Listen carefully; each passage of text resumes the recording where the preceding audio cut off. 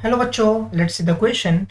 An exterior angle of a triangle is 120 and one of its interior opposite angle is 40 degree.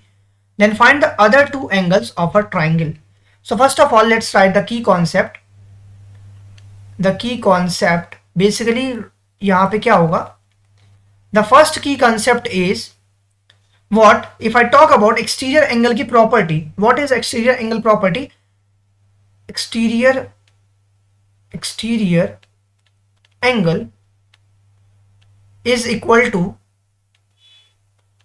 sum of two opposite interior angle. Sum of two opposite interior angle के सम जो होते हैं वो exterior angle के बराबर होता है.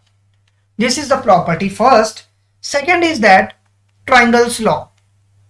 Angle of triangle having sum, जिनका सम होता है कितना 180 डिग्री. सो अगर मैं बेसिकली लेट्स से लेट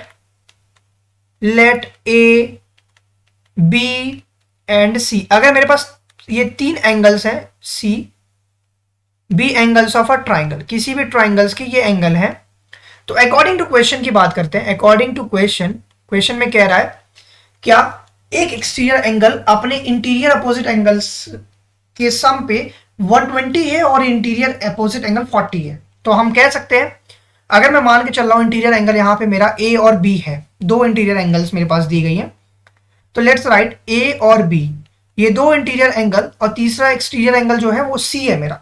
तो इन दो इंटीरियर का सम एक्सटीरियर 120 के बराबर होगा. जहां पे मैं मान लेता हूं कि ए की वैल्यू यहां पे मेरे को 40 दिया है, कोई एक इंटीरियर मैंने ए को 40 मान लिया, तो बी की वैल्यू होगी 120 माइनस 40 इंप्लाइज दैट मेरे पास जो बी की वैल्यू आएगी वो आएगी 80 डिग्री. मेरे पास बी 80 आ गया, मेरे पास ए मेंशन है बहुत पहले से, दैट इज 40 डिग्री ए दिया गया है. अब हमें सी निकालना है जो कि इंटीरियर होगा.